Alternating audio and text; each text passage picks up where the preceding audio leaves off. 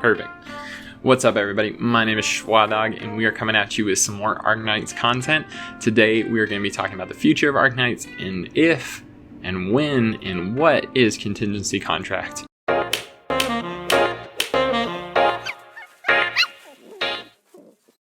Well, perfect. So here is a disclaimer for this video. I am talking about Contingency Contract, though this is really based off of what CN got, and we do not yet have it confirmed for the global server. So there's been a lot of hints towards this coming. We really think that it's coming in June, maybe early, mid, or late. I'm kind of thinking mid-June, but if it isn't the next event that we get, it most likely will come eventually, so this information will still be pretty useful. So today I'm going over 5 things that we can be pretty sure about the contingency contract that Global will get. Number 1 is just a basic question. What is contingency contract? First of all, I think the name that the first one got on the CN server is Code of Brawl. So that information is wrong. Here you can see the 2 events, Code of Brawl and Contingency Contract, that they are actually different events, and so my bad on that. I think it's just called Contingency Contract, and Code of Brawl went on differently. You had different rewards, it had different event stages, and so that is incorrect. So later on when you hear me say that Bison is connected with the Contingency Contract, that's not true. Bison's connected with Code of Brawl. So yeah, but we made mistakes, but I'm fixing it now, and yeah, hopefully that clears it up. So what is it? We, as players, will be completing event stages with a combination of various conditions called risk or contingencies, and we will be earning bounty or the event awards to unlock stuff, and also things called action agreements, which will unlock more contracts or more risks. I got a quote from someone, or I'll put their name right here, and they were on Reddit, and they said, "There will be contingencies and alliance contracts.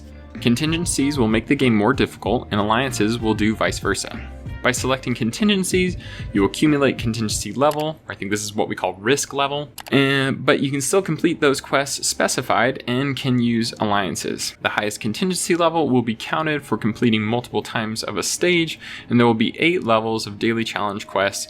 By completing level 4 every day, you can get the most rewards. So there is some things in that is a little confusing to me.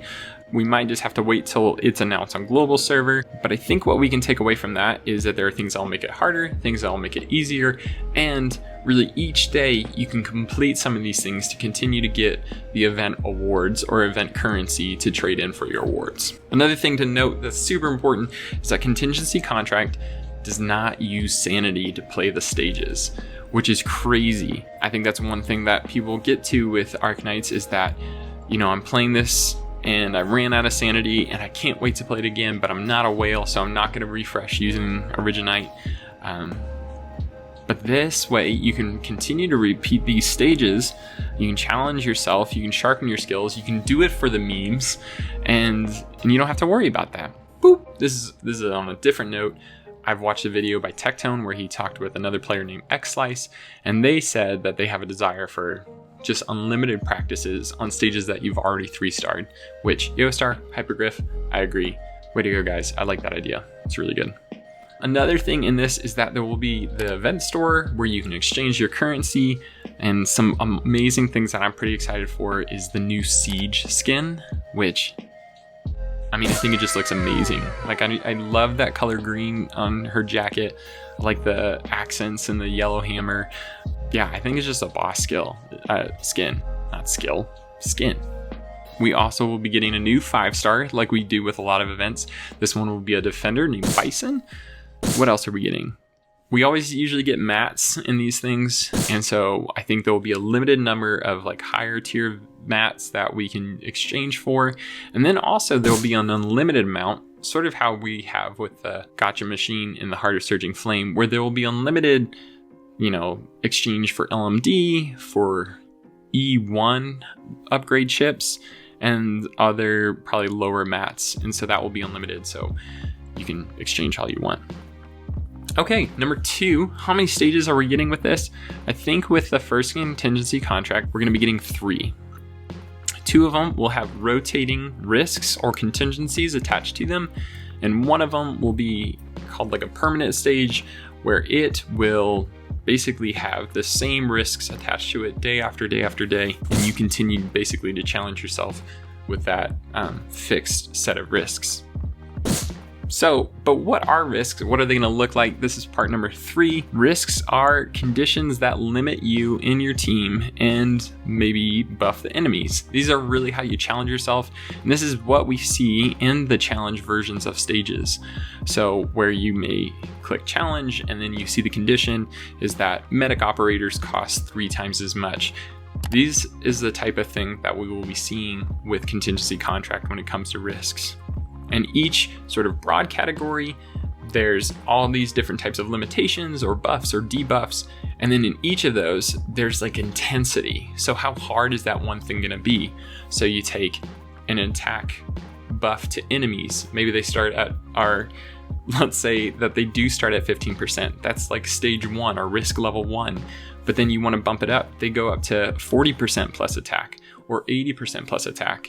And when you do the 80% plus attack, you'll get 3 risk levels to your overall risk level. And you can combine and match those. And that's really where the challenges and the variation is going to be based on your team. I'm going to put a list of risks that Peacecow translated for the Barren Land operation. I picked the most general ones because I think those are going to be the same. There are ones for specific enemies that buff them. Usually the elite enemies, it's going to buff those guys. I think those exist also. And here's some advice for these that once again, I didn't get this information from playing it myself. I don't play on the CN server, but this is just advice from what I've read from other people. Just be careful how you combine the risks, how you combine these contingencies. So there's ones that buff the enemies and there's ones that debuff your operators. And it might not be a good idea to do both. So if you want to buff enemies and you want to keep your operators the same, do that. But don't also debuff them because your operators are going to be paper basically to some really sharpened steel. So be careful with how you combine them. More information will be probably given and found out as we play that. And the second one is there's some exclusive tags that really can help maybe set the tone of what your team is going to be. So there are ones like ban all casters and snipers or ban all guards and defenders. And you can't actually have both at the same time. Like it won't let you pick both because then what are you left with? At least I don't think you can pick both. I'm okay if I'm wrong. But that may lead someone to start building their team differently based on like what operators you've pulled, what operators you've built. And actually in the link in the description, I will link to another video that I'm making where I'm talking about what I'm doing with my team. Anyway, so heading on past that, number 4, the dailies and the event missions are going to be changed in this, sort of like how we see right now with the Harder Surging Flame, where you unlock tickets and you unlock Obsidian. This will be unlocking action agreements. And what action agreements are doing is you are unlocking more risks or different risks or more intense risks for the permanent stage.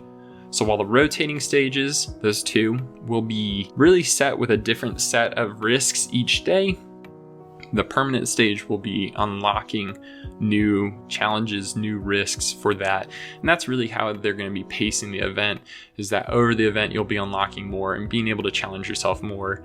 And it will continue to stay fresh and continue to stay interesting because you'll have different risks to get at. Also, because the event stages don't cost sanity, you can't complete those to earn your daily challenges. I think you'll still have to play the normal content of the game, whether that's grinding or whether that's completing your story or your challenges, but you won't be able to get your dailies completed through just playing Contingency Contract.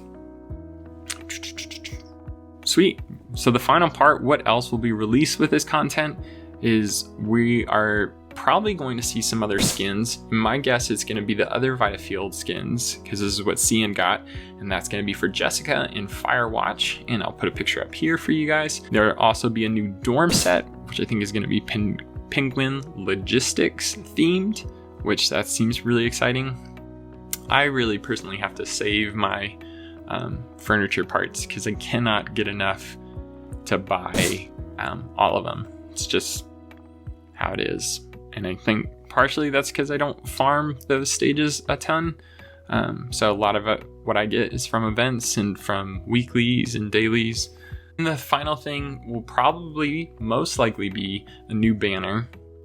We're most likely looking at Mostima, Waifu, Firewatch in May, which is great. I don't have any of those, so I will be at least pulling for the guarantee, that 10 pull. And I'm not going to really pull anymore, and you may not believe that because of my other gotcha videos, but I really won't because I'm hoping that Blaze will be coming up next. And I am hashtag save for Blaze, and I really want her. Mostima, if I get her at some other time randomly, even on the Blaze banner, I'm okay with that. This information was not all mine, so I will link and credit those people in the description below. I love Reddit. I love Game Press. There's a lot of good creators out there that share their information, and so this is just my attempt at compiling it and giving it to you, and this is what I'm using to prep. Please watch my other video talking about the team that I'm building that was actually filmed almost at the start of the Heart of Surging Flame event. So this is a couple weeks after that. Hope that you guys are enjoying Arknights, and yeah, good luck with all your preparation and hope this helps. See you guys later. Schwadog out.